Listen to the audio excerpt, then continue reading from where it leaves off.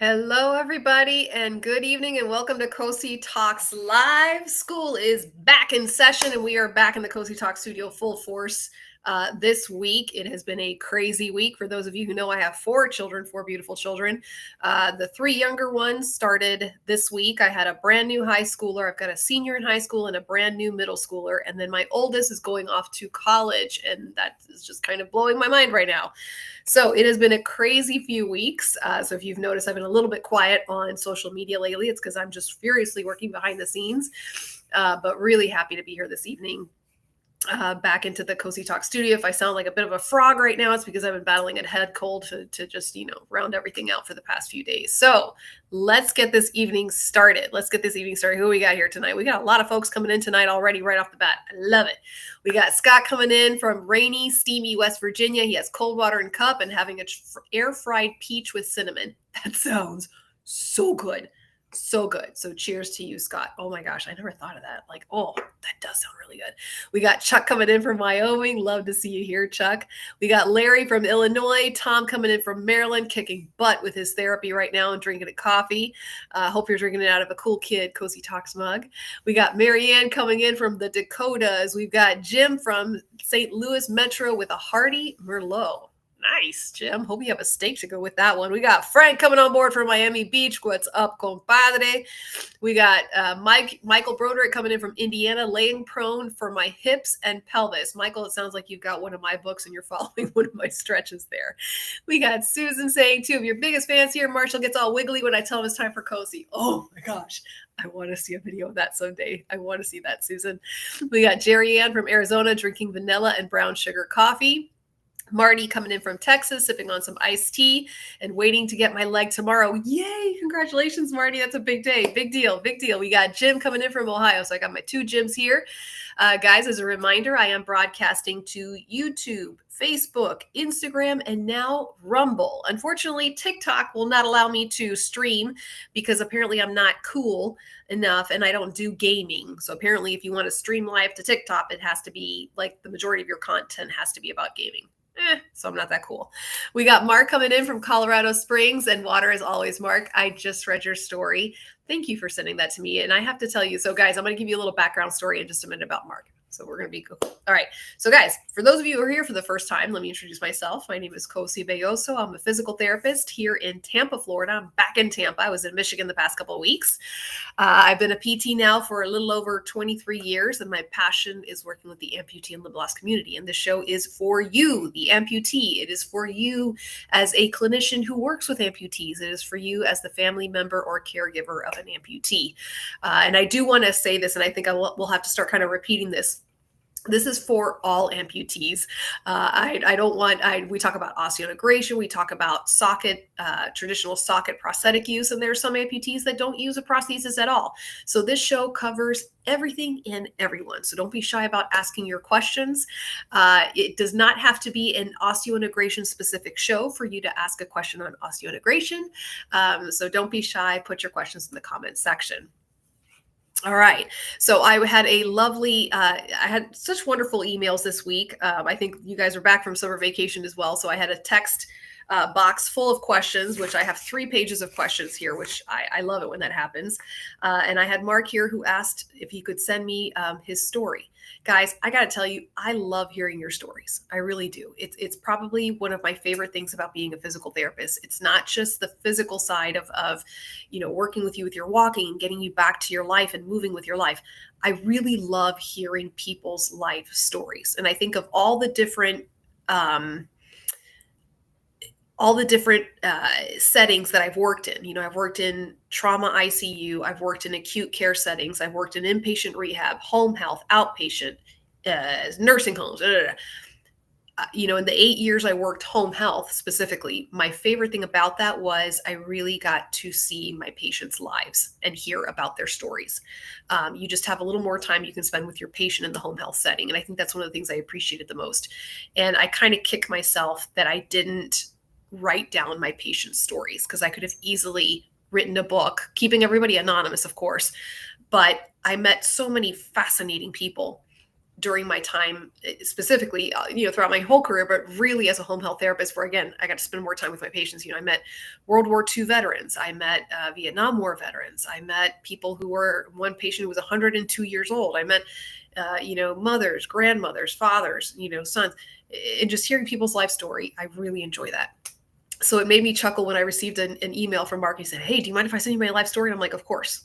I love to hear people's life story." And then Mark, I got to say something. You write beautifully. You write beautifully. You weren't kidding. It was a nice, it was a nice long read, but it was enjoyable to read your story. I love your writing style. And I'm telling you this because I'm hoping that someday you'll write an article, either maybe for your local newspaper about your story, or I don't know, write it down for your family members, but you write beautifully. So I hope that you have your story fully written down somewhere and that you share it at some point in time. Okay. So we've got Sean Brown coming in with drinking his Sunkist Zero. We got Pastor David. Thank you, sir. Good to be back. All right, let's jump into it. We're going to start out with, all right, first of all, we have one viewer who is looking for support groups. So guys, unfortunately, I don't have a directory of support groups. I know the Amputee Coalition has one, and I know Hanger, they have their own series of support groups. So usually when people ask me about support groups in their area, those are the two main resources I will send people to.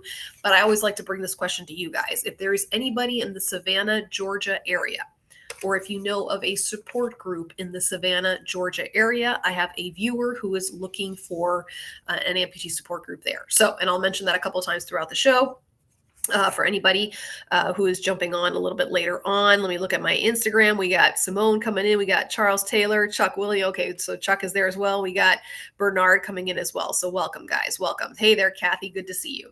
All right, let's jump into the marquee question that I posted. Basically, the person was asking through the text message how to deal with chronic plantar fasciitis when you have an amputation. So you amputation on one side, and chronic plantar fasciitis on the other. And the person goes on to say, I prefer not to have a plantar fasciotomy. So we haven't really discussed plantar fasciitis. And I was kind of just thinking about it. I was like, it's been a minute since I've treated someone with plantar fasciitis, which is kind of strange because I think, and again, I'll have to check the literature. Hey there, Van Gregory. Hey, Pam from upstate New York. So let's just talk about what is plantar fascia. Okay, so plantar meaning bottom of your foot, all right? Bob does not have any plantar fascia left, poor Bob. Okay, but basically if you take the bottom of the foot and you take the skin off, immediately under the skin is a layer of white fibrous tissue, right? And it kind of like lays across the whole foot. And it's a bunch of like fibrous tissues that kind of just like interwoven and things like that. And that's called your plantar fascia. Okay, so that is the fascia. And it connects to several bones. It starts, mainly the main connection is here in the heel of the foot, and it connects to several different areas in your foot. And there's a little bit of a connection to it to your Achilles tendon. Okay, so it's a big, broad, it's also very thick. Okay, very thick fascia. Okay, so it's made up of a bunch of, like, if you look under a microscope, it looks like a bunch of little threads, little microfibers, right? So what can happen sometimes is if something is off, right, these little microfibers can tear, right? And we call them micro tears because it's just little tears that happen over the course of time.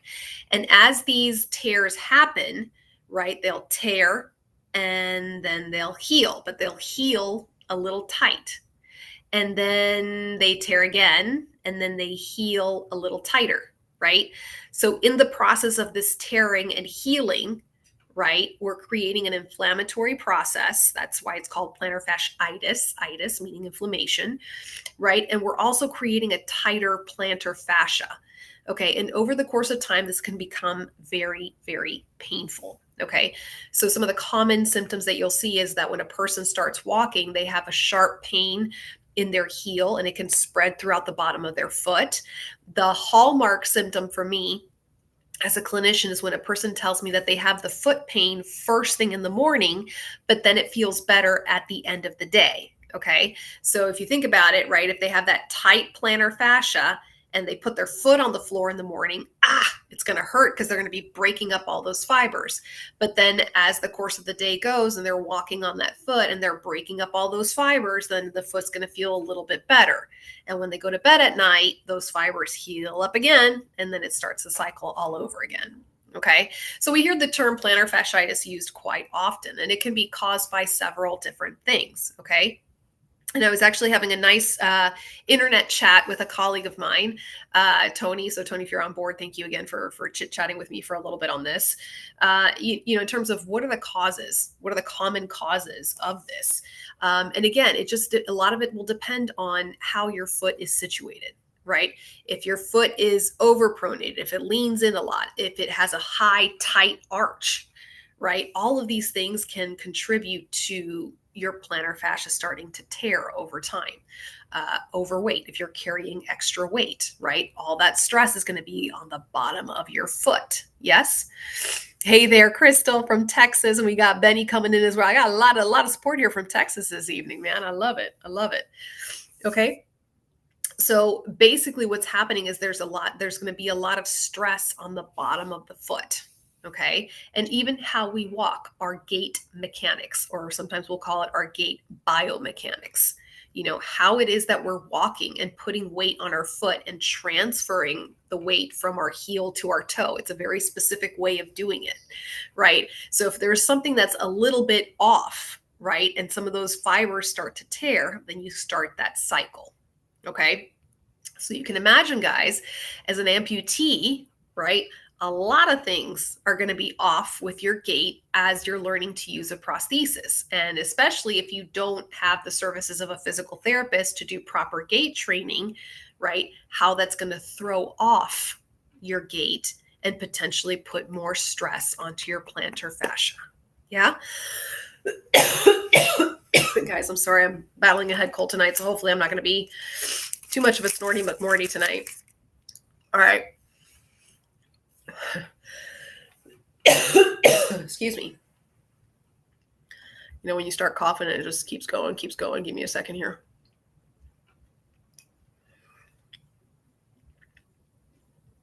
Okay.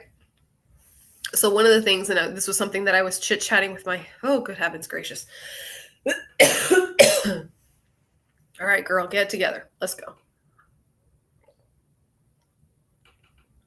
All right.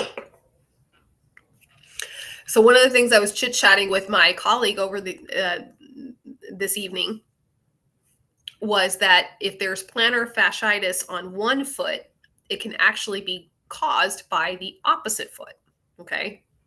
So if the opposite foot is not really progressing through the gait cycle properly, right, it can cause you to put weight onto that other foot a lot early. Oh, man.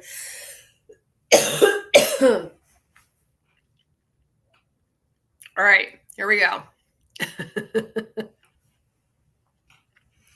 So basically, when you're learning to use a prosthesis, if you're not putting a lot of weight into your prosthetic side, right, and that happens a lot when you're first learning to use a prosthesis, you obviously would like to favor. I was doing so good up until the show started. Okay. If you're not putting weight into the prosthetic side and your sound side is taking more force and more stress, right? Part of that stress is going to potentially go into this is where it helps to have a co-host. Part of that stress is going to go into your sound foot and specifically into your plantar fascia, okay? And causing that plantar fasciitis. So the question is, how do you treat it? Okay, and like everything else we talk about on this show, guys, finding the root cause of the problem is how you will eventually treat that problem successfully, okay? And this is where you're going to find a lot of therapists will kind of go butt heads with one another. Some therapists will say, oh, you just have to strengthen the inside of the foot, right? Do a bunch of exercises with the towel crunching and do all this sort of thing. But the thing is, if the root cause of the problem is not muscle weakness in the foot, then you're not really solving the problem. Okay. So for an amputee, right? First thing I would think is, well, if an amputee is presenting with plantar fasciitis on their good foot, I'm going to look to see what's going on the amputated side. Okay. What does their gait look like? Okay. Are they putting weight in? I am so sorry, guys. You guys did not probably want to sign on tonight to hear me coughing up a lung here. So anyways, I'm going to be looking to see what the prosthetic side is doing. Okay. If they're not putting good amount of weight into the prosthetic side, then I'm automatically, that's one of the first things I want to work on is getting them to put weight onto the prosthetic side. Okay. Because once they start doing that, they'll take the pressure off the sound side and off the plantar fascia. Okay. And then, yes, incorporating strengthening and stretching exercises. But the other thing I want you guys to think about is those of you, especially who've been watching the show for a long period of time, you've heard me say the higher the level of amputation, the more your upper muscles take the stress, right? So, for example, your glute muscles, your hamstrings, and your quads, okay, they have to pick up more of the slack of strengthening. Okay. So one of the things we would want to focus on as well is looking at the glutes. Okay. Making sure that the hips are stable and that you're getting enough power in the glutes for your gait pattern there. Jill, I'm glad you're with me, because I think with all my coughing, I don't know if I'm making any sense whatsoever tonight. Okay. So again, with amputee care, with amputee care, it goes to going to the root of the problem, okay? If the plantar fasciitis is being caused because there's not enough weight going into the prosthetic side, then that's the first thing you have to do, okay? If there is weakness in the glutes, right, and in the hamstrings on either side, either the sound side or the amputated side or both, then that means things down the line, down towards the feet, are going to take more of the stress, okay? So again, you got to start strengthening up here to sometimes fix the problems down in the foot. Okay. And it's not to say that you don't do foot exercises or you don't do stretching. Obviously, there's going to be a lot of stretching involved, but that's not the only way to treat it. And again, addressing the root cause of the problem. What is it that is causing the plantar fasciitis? Okay. Benny, I'm glad you're here, man. Glad you're here.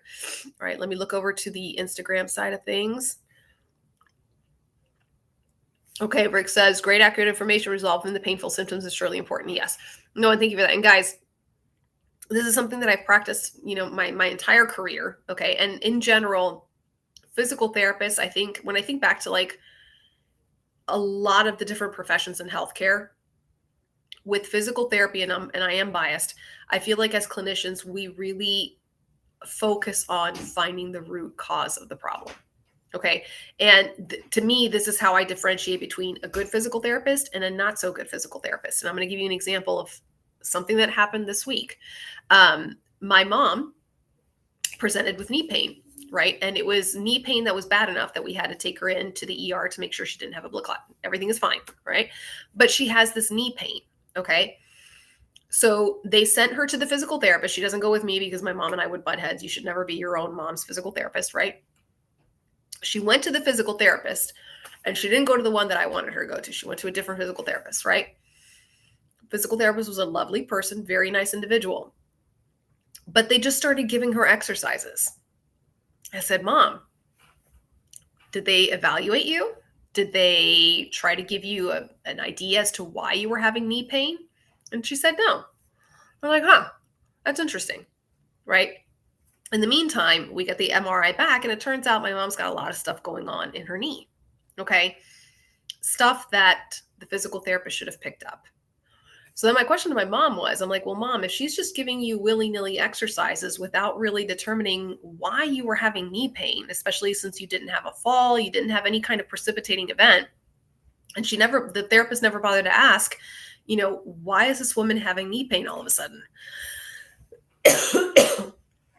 And it goes back to, she basically wasted a visit with my mom, and insurance is paying for this visit.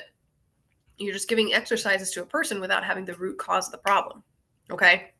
So this goes for everything in healthcare, but you're going to see me talking a lot about, oh, good heavens, this coughing is just not going to stop, is it? I feel like it's just an ongoing bloopers reel at this point. Okay. So at the bottom, oh, good heavens. At the end of the day, guys, Finding the root cause to the problem, whether it's because you're having a problem with your prosthesis, a problem with walking, a problem with a chronic overuse injury, such as plantar fasciitis. Okay. Finding the root cause is what's going to give you the best chance at having a good outcome later on. Yes? Okay. So again, those of you who are dealing with, actually, let's do a COSI poll. I'm going to let you guys talk for a minute so I can catch my breath here. How many of you guys have had plantar fasciitis, currently have plantar fasciitis, or you think you might have plantar fasciitis? Let's go ahead and see it in the comment section.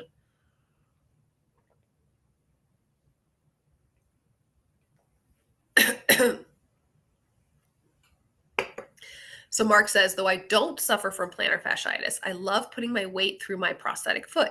It helps keep me balanced in proper gait and posture. And Mark, that's probably a big reason why you don't have plantar fasciitis, right? Because you are putting the weight properly into your prosthetic foot.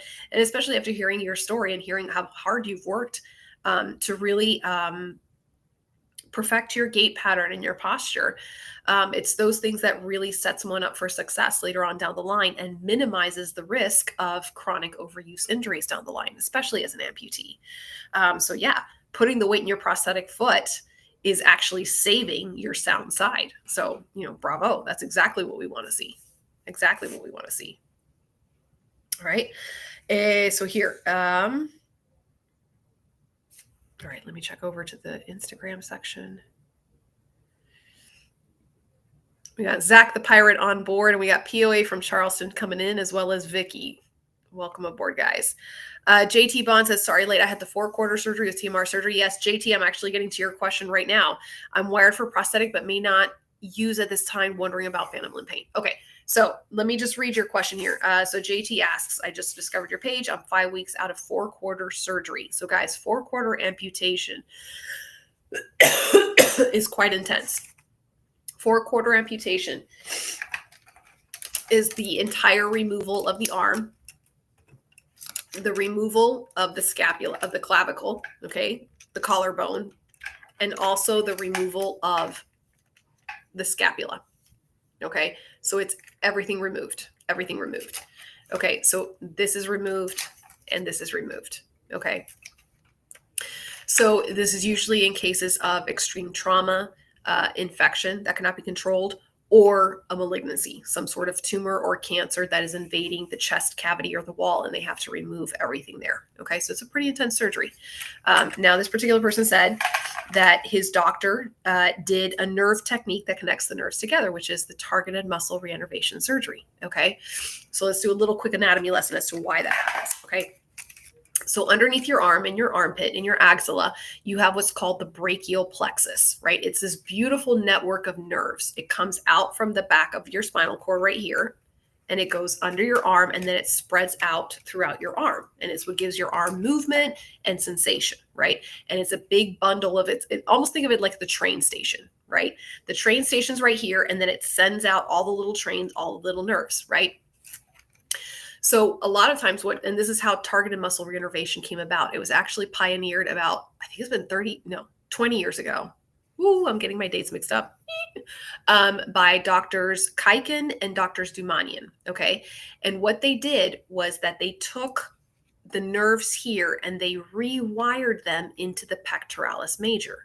Okay, because guys, think about it. Even if you're not an arm amputee, you can kind of imagine that if you have everything removed, it's going to be really hard to use a prosthetic device. Why? Because you don't have any muscles to activate it, right? There's nothing left, and you have this big pectoralis major muscle right here, right? But it can't attach to anything. So it's not, since there's no arm there, it's kind of hard to use a prosthetic device, okay? With the invention and the creation of the myoelectric devices, we also call them mind control prosthetic devices, then we can give somebody an opportunity to use one, right? So how do you get the myoelectric prosthesis to work? Okay, you have to give it nerves. So what they do with the targeted muscle reinnervation surgery is they take all the nerves that are under here, under the armpit, and they rewire them into the pectoralis major muscle. It's really, really cool. So the original purpose of the targeted muscle reinnervation was for that, right? To rewire all these nerves back into the pectoralis major muscle so that then the person could learn to use these nerves, and they would somehow get attached to the myoelectric prosthesis to use the prosthetic arm. Okay. What they found was that the people who had the targeted muscle reinnervation surgery for this purpose stopped having phantom limb pain. It was an incidental finding. Right? And I forget how many of the study, but basically I think there was, golly, I got to review my numbers. There was like 19 patients in the study, and 18 of them, every single one of them except for one, had a resolution of their phantom limb pain symptoms. And the one person that did not have their phantom limb symptoms resolved is because they didn't have the TMR done to all the nerves. Okay. So when it comes to the phantom limb pain, when it comes to targeted muscle reinnervation surgery, however, it can take time for that to help with the phantom limb pain. And we covered this a lot on last week's show. Okay. So I know I'm kind of all over the place today, guys, and you gotta please excuse me for this. When a person has the amputation done, right, the brain is undergoing changes and trying to kind of reorganize itself to figure out, well, what happened? Right? Because the part of the brain that used to be able to sense the hand, or the part of the brain that used to be able to sense the foot, is confused, right? It's like, well, wait a second. This part of the brain is still here, but there's no foot left. But what's going on? So the brain has to learn to reorganize itself to understand what's going on. And we call that neuroplasticity. Sometimes that doesn't work out, right? And it comes out in the form of phantom limb pain. And that pain can be extremely excruciating. Like I said, last week, we did a lot of talking about that, okay? So with, targeted muscle reinnervation surgery, you're basically giving the nerve something to do again so that it helps with those signals to the brain, and it kind of helps reorganize the brain and get the brain back on track. But it can take some time, right? So some people, it can sometimes be a few weeks to a few months after their targeted muscle reinnervation surgery before they finally start to have that relief from the phantom limb pain. Okay. So that's what can happen. All right. And guys, again, I apologize. I have just like this nasty head cold, and I don't mean to be like snorting into the microphone tonight. Marty says currently for about 10 years, really exacerbated since my amputation with the plantar fasciitis. Yeah. And unfortunately, if you already had the plantar fasciitis and then you had the amputation, unfortunately, it could kind of go into it. The good news is, guys, like, you can have nice treatments for plantar fasciitis. And we'll talk about that in just a second. Charlie says plantar and second Morton's neuromas. Oh, those Morton's neuromas, those can be a real pesky. We got Emily coming in from Central PA. Good to have you here.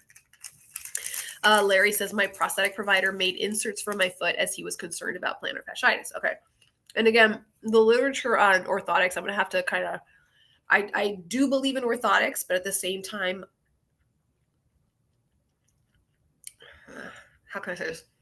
Getting to the root cause of the problem, right? So I do think there is a place for orthotics when it comes to managing plantar fasciitis. I tend to kind of want to lean more into the, okay, excuse me, where is the deficit coming from? Okay. If a person has a lot of pronation, and again, this is one of those things where I'm like, I really hope I can convince this particular colleague of mine. He actually specializes in foot and foot mechanics and disorders of the feet. I'd love to drag him onto the show and have him talk about this a little bit. But also, with orthotics, it's also, again, looking at the root cause of the problem, right? Because if you have weakness in the glutes and weakness in the hamstrings and the quads, you can put an orthotic, but that's kind of putting a Band-Aid on the problem, right? Because you're still causing all the stress to go into the foot. So if you can alleviate the amount of stress going into the foot, you're going to have a better, I think, long-term outcome. Okay. Not to say that there's not a place for orthotics, but again, it's not just using orthotics. That's kind of my take on things, right? All right. All right. Let me get going before this coughing starts again. Okay, so let's talk about some treatment things for plantar fasciitis, right? So we talked a little bit about the strengthening. We talked about the stretching, correcting the gait mechanics as well. Sorry, guys, looking through all the questions here.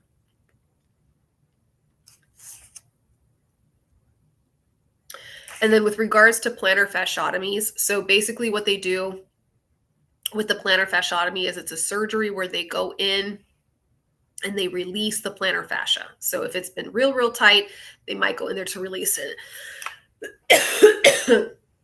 And again, when I was reading on the literature, in terms of long-term outcomes, it's not great, and the reason is because, again, if the surgeon goes in and releases the plantar fascia there, you're not solving the root cause of the problem. You're just kind of alleviating the symptom, right? So after surgery, if the person's still doing the same thing that caused their plantar fasciitis in the first place, if they're still weak in their glutes, if they're still putting too much weight into that one side, then you're just going to continue that cycle over and over and over again. So that's that on plantar fasciitis. Okay.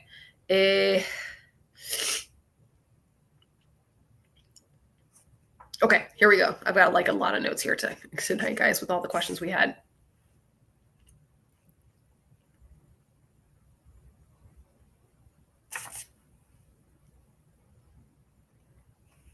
Okay, Robert asks, if you have an issue with a prosthetic, do you go right away or do you set an appointment? I'm sure it's dependent on who and where you go to, but I want your thoughts.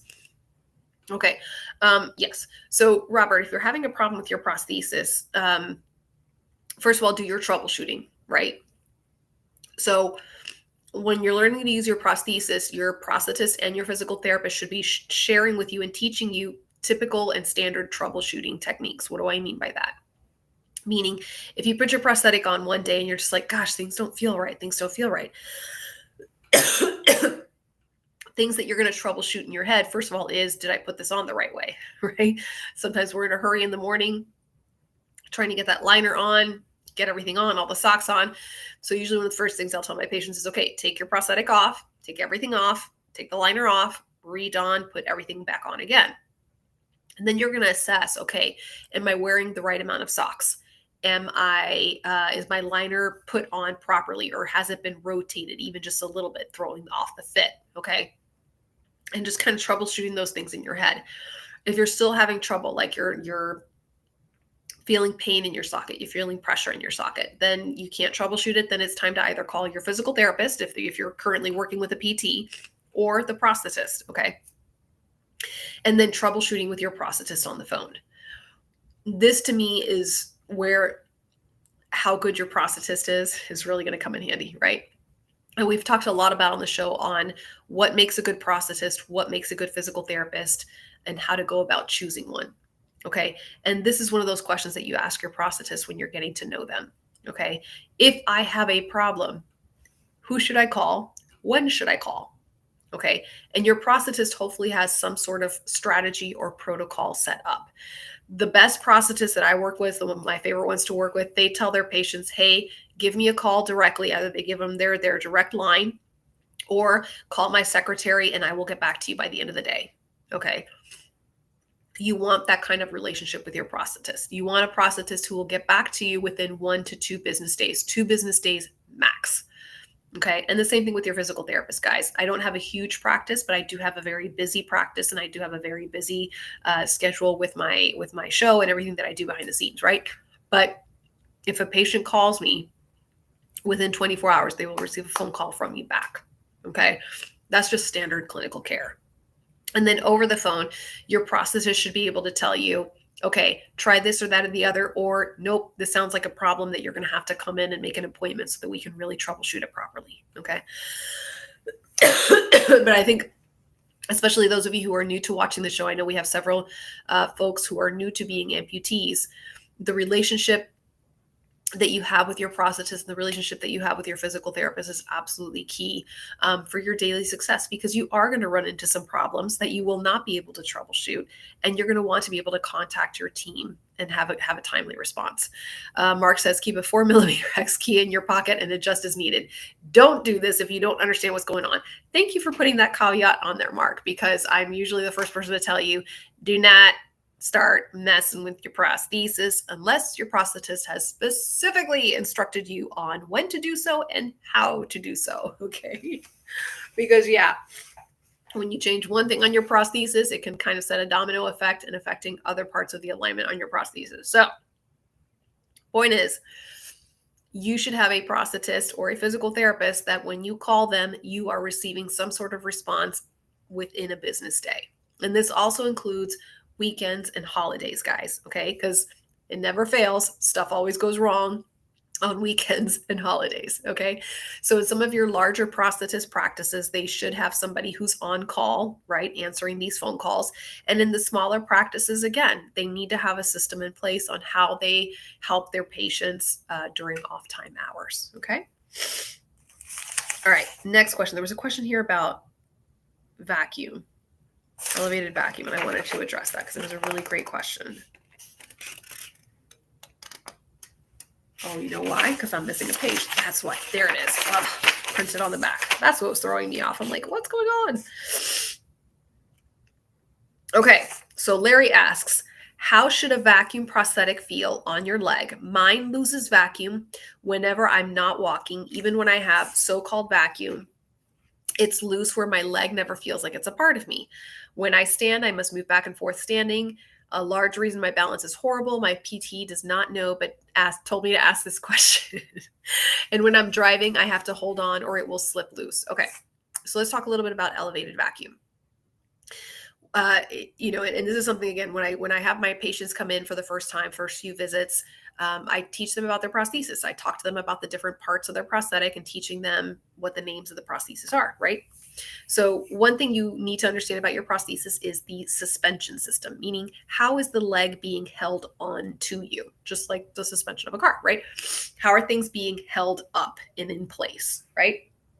And there are several methods of suspension. I do not have a sample of a vacuum. But for example, one sample would be, don't you hate it when your kids get into your toy box and you can't get all the stuff that you need for demonstration? All right. So there's pin lock, there's lanyard, and there's something called suction suspension. Okay. And suction suspension, the way you can think about it is, you know, when you have those little suction cups that you stick onto the window and then you hang a little something from there. You guys remember those that you would like wet it with your tongue and you would stick it to the window? Okay, that's kind of similar as to how your suction suspension works. When you put your leg, your limb into your socket, it creates the negative pressure. It's pushing all the air out and it creates a negative vacuum and it holds your leg in. Okay, so that's suction suspension. Sometimes you can add on something called elevated vacuum. Okay, so for me, that's like putting icing on the cake. Okay, so what elevated vacuum does is it sucks the air out of your socket, right? And the whole point is to give you a much more snug and intimate fit on your socket. Okay, so it's supposed to really get all the air out of your socket so that your residual limb becomes one with that socket, right? There should be no air pockets. There should be nothing in there. So as far as how it should feel incredibly snug and fit. Okay. And the people that I know that like to use elevated vacuum, because not everybody likes to use elevated vacuum, the people that love it, they say that it makes it feel like part of their leg, that it feels secure, it feels snug, it makes it feel like their leg is actually a part of them. Okay. So Larry, that's what it should be feeling like if it is on properly. Okay. However, elevated vacuum can be kind of a dual-edged sword, right? If it's on properly, it feels great and wonderful. If it's not on properly, then it's just a big pain in the butt. Okay, and many of you here have expressed that you've had lots of problems with elevated vacuum, and you ended up going, there's Sean right there. I was wondering if Sean was going to pop up and say he didn't like his, right? And guys, it really does sometimes come down to personal preference. However, Larry, things that you should be doing, first of all, this is definitely a problem that you need to schedule with your prosthetist to go back in. Okay. If you're using the kind of elevated vacuum system that requires an external sleeve. Okay. So meaning, let me see if I can find it.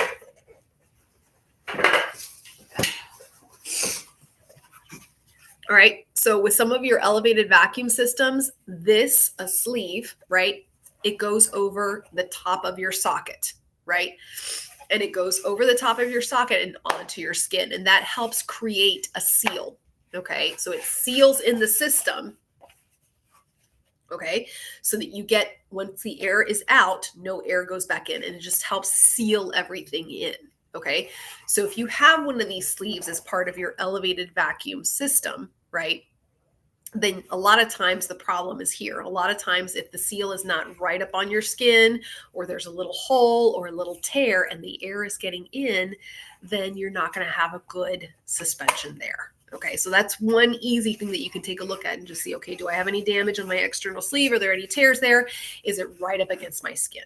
Okay, so usually I find that that's part of what's the case is when the person is saying, gosh, I have elevated vacuum, but my leg keeps falling off, or when I sit down, it pops off. Like, it shouldn't be doing that, guys. It should not be doing that. Okay, so it's time to take it back to the prosthetist to see, like, why is this happening? Why is this happening? There are certain elevated vacuum systems that do not require a sleeve, but it also means that the fit of that socket has to be spot on. Okay. So if you are fluctuating in volume or anything like that, that could also be contributing to why it's not staying on properly. Okay. So again, Larry, at this point, for sure, go back. And you're right. The fact that your leg is not staying on is definitely going to contribute to your lack of balance. Okay. You have to have a snug fit, whether you have an elevated vacuum or not. You need to have an absolutely snug fit on that socket to make sure that you can actually do what you need to do with walking and with balance. Yeah? Okay. All right, we got Amy on board on Instagram. Simone says that she's been an amputee for 16 years and she recently developed plantar fasciitis, super amp life joint, as well as Erica. Erica, oye, que bien verte aquí ya. Erica, mucho gusto en verte otra vez. All right. So guys, again, going back to the plantar fasciitis, it's something that if that is something that you are experiencing as an amputee, it would really behoove you to go see a physical therapist who is an expert in gait analysis. Okay. I know many of you don't necessarily have a physical therapist in your area that specializes in amputee care, but if you have physical therapists that work with traumatic brain injury patients, spinal cord injury patients, those therapists are going to be really good at gait analysis. Okay. So they'll be able to really analyze your gait pattern. People who specialize in foot. That's another one, right? Like my colleague that I hopefully will come on board the show one day and talk to us about this.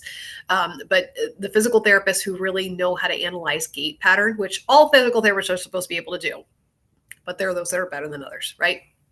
They'll be able to really tell you, okay, this is kind of what's going on with your gait pattern that could potentially be contributing to that plantar fasciitis. Charlie says those sleeves reduce the range of motion in your knee. Yeah, I know. And these sleeves are a pain in the butt. Okay. I have a lot of my more active folks here that when they go running, they'll wear this just to get an extra support with their suspension. But yeah, it reduces the knee. It reduces the range of motion in your knee. It's also very hot and bulky and sweaty. So sometimes it's a necessary evil because, like I said, it can provide really good support and suspension, extra secondary suspension to the leg as well, and also creating that suction suspension and contributing to a closed system there. Whew. Okay.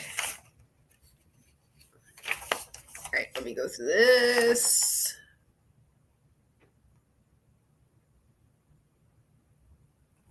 Okay, so here's a question from Mark. All right, Mark from Colorado Springs. He says, my question for tonight, is it okay to utilize Neosporin prophylactically on my little pressure points inside my liner? It sure does help from pressure sores developing and does not seem to harm the liner. I could use another product, but thought that the antibiotic nature would be better in the liner environment against my skin. Okay, so we do talk a lot about wound care and prevention of wounds and skin care management. So I'm a huge proponent of that. And I worked in wound care for many, many, many years.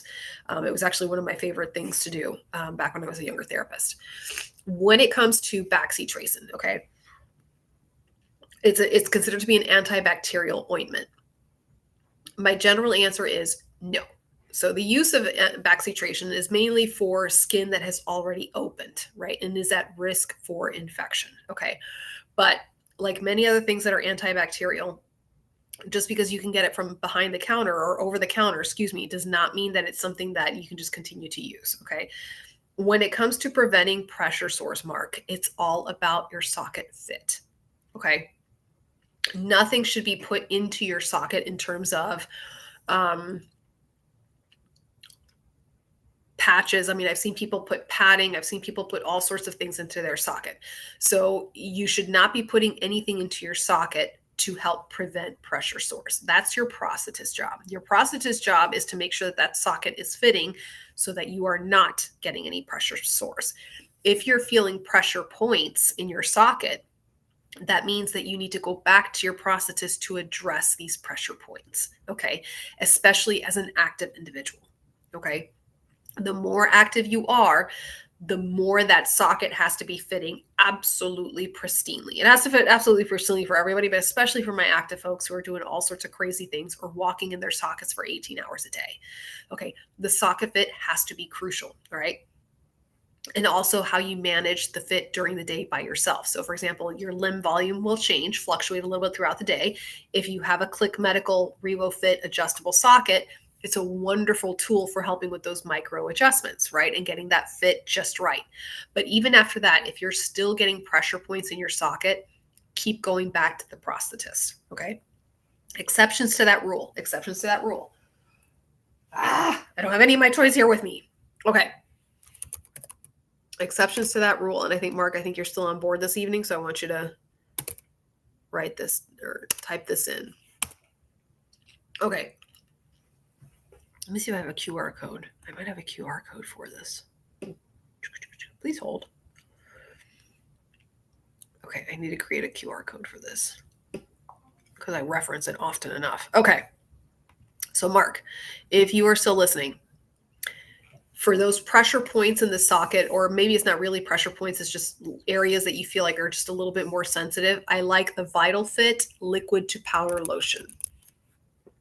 Oh, good heavens, that's not what I wanted. All right, I'm going to type it out right here. Liquid to powder lotion. All right, so Mark, if you're still listening, this is what I recommend that you use, okay? The reason why I don't want you using Neosporin, okay, remember, it's an antibacterial. So what happens if you keep applying antibacterial to good, healthy skin? You're going to start to kill off the good bacteria, and you're going to start to build an resistance, a bacterial resistance, antibacterial resistance, okay? So the same way if you take too many antibiotics, right, bacteria becomes resistant to it, so that when you need it for real, it's not going to work, okay? And it's not going to be as effective. And even for those of you who have minor blisters or minor abrasions or a minor cut, usually with my patients, I want them to keep it clean. So just a gentle cleaning with gentle soap and water, and then maybe just a little bit of Vaseline or Aquaphor, okay? Usually the Neosporin, I'll use it only if I have a patient who's either immunocompromised or a patient who's diabetic, so that they're a high risk for infection, but not for a long period of time, okay? There's another, what's it called? There's an ingredient in neomycin. That's the word I was thinking of. So the ingredient of neomycin within Neosporin can cause allergic reactions in up to 8% of people, okay? And it can actually delay the skin rebuilding itself. Okay, so I know Neosporin is a very popular thing. We see it all over the place. We can get it from Walgreens, the pharmacy, whatever. It doesn't mean that we should be using it for everything. Certainly not if your skin is intact. Okay, so Mark, I want you to try the liquid to powder lotion made by Vital Fit SR. And if you type it into Google just like that, type in Vital Fit SR, okay, you're going to see that they have a whole skincare line, and I love their skincare line. You guys know I talk about their skincare line all the time, okay? They have a whole products line, and their liquid to powder lotion is probably the only thing that I tell my patients that they can put on their skin before they put their socket on, okay? And the reason is because their particular formula, it dries very lightly, and it doesn't get all crumbly and gummy and yucky. Okay, so for those pressure points, Mark, I want you to try that. And I do have actually called the company the other day, and my code is still active. Okay, so you guys can get, I believe it's like $10 off your order of $20 or more. Okay, so use the COSI10 code, COSI 10, just like that, how I wrote it in there, and you can get $10 off your order. They're very reasonably priced. They last a really long time. It's a nice big bottle. I don't think they do the travel sizes anymore, guys. That's the only thing. I was like, oh man, they don't do the travel sizes anymore, because those were great. But the liquid to powder lotion, Mark, I think you're going to find that's great. That being said, Mark, if you find that you are getting pressure points consistently in your socket, go back to your prosthetist. Okay, go back to your prosthetist. All right, good. Glad you're on the show, Mark. All right.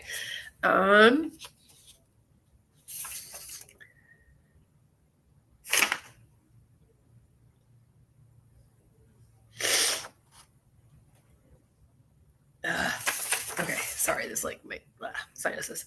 Okay. Earl asks, here's a question for you. Have you ever done anything related to having people share their story of losing their limb and what they went through or what they are going through to be where they are now? I have heard you answer questions related to things, and I'm amazed at so much of the good and bad people go through. Yes, Earl. And that's actually, again, it goes back to what I said earlier in the show. One of my favorite parts about being a physical therapist is hearing people's stories, and not just amputees, across the board with all of my patients. And again, this is something where I really have to give a shout out to my sponsors. I've had sponsors throughout the 7.5 years, guys, that I've been doing this show, 7.5 years, every week, almost every week. I played hooky 2 weeks ago. But I have to give a shout out to my sponsors, because when I first started working with manufacturers in the O&P industry and, talking about sponsoring my show so that I could produce the show and subsidize those costs, one of the things I said to my sponsors was, I'm not here to sell anything, right? I'm here to educate people in the amputee and limb loss community. And I want to tell people stories, right? And that was something that was a recurring theme. So if you guys notice, whenever I do have a sponsored show, whether we're talking about osseointegration, or we're talking about the newest prosthetic feet out there, or we're talking about alignment, or whatever it is we're talking, I always try to have an amputee on the show, because I want people telling their stories. Okay. And I've been really fortunate that I've had, people on the show, amputees on the show, like Susan, right? That they went through to hell and back, with their amputation story, and they've turned it into giving back to the community.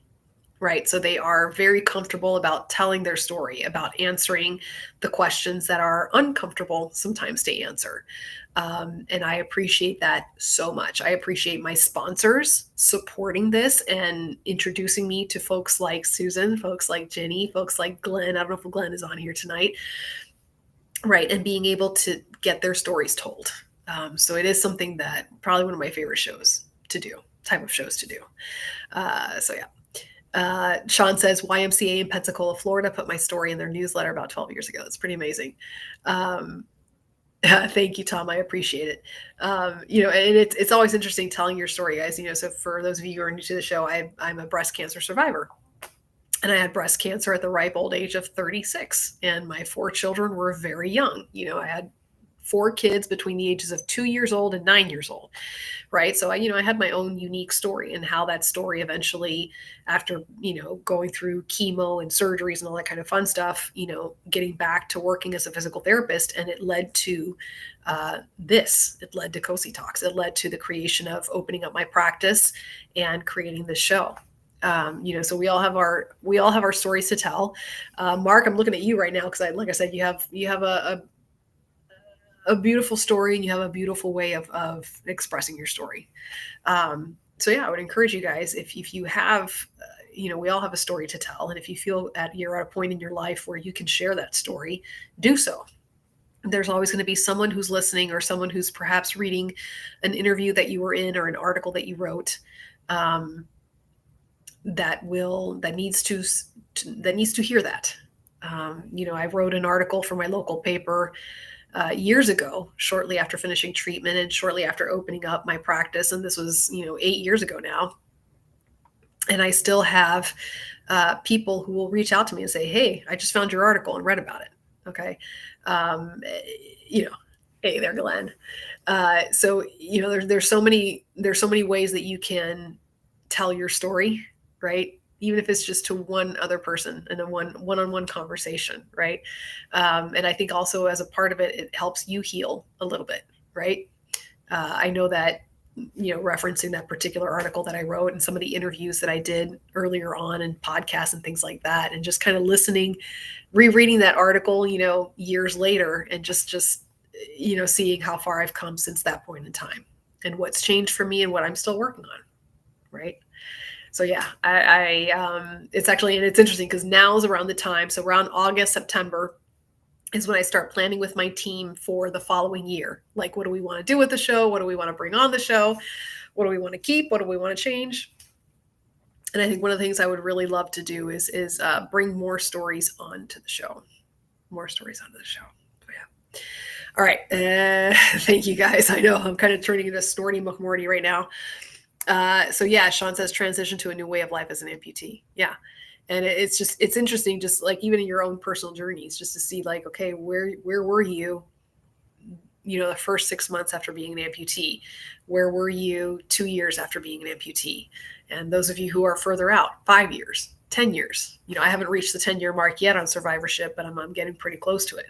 And I think back to, what my life was like when I first got diagnosed about 9 years ago. And I'm sitting there going, wow, so much has changed, right? How far we've come along and how much further we'll go along after that. All right, guys, that's about it for tonight. I need to go get some NyQuil or I don't know, something to clear all this stuff out. And you guys are probably tired of listening to me snorting on the microphone tonight. Sean says over 20 years, Isn't that crazy? All right. So guys, for those of you who are new to the show, I don't usually sound this nasally, and I promise you I'm a lot more talkative when I'm not battling a head cold. But for those of you who are also new, please, let me just hang on. Let me give my contact information so you guys know how to contact me. 837. Okay. So for those of you guys, again, I'm really trying to, in part of what I'm trying to do for next year with my sponsors is show them how all of my viewers are engaged with my different platforms. So this is where, again, I will humbly ask you, if you're not already following me on Instagram, Facebook, and YouTube, please consider doing so. Please just, even if you're following me on one platform, if you can go ahead and follow me across the board. Again, it just shows my sponsors how much we need resources like this. My texting service right up there, it's text COSI Talks, all caps, one word, to that number. Then you can text me your questions directly. Okay. I do not send spam. I don't send any of that crazy stuff. I just send you links whenever I go live to make it easy to find me. And again, like I said, you can text me directly and I can answer your questions from there as well. All right, guys. Thank you guys. I appreciate it. We will be here next week. Same bat time, same bat channel. And we'll see you then, guys. All right.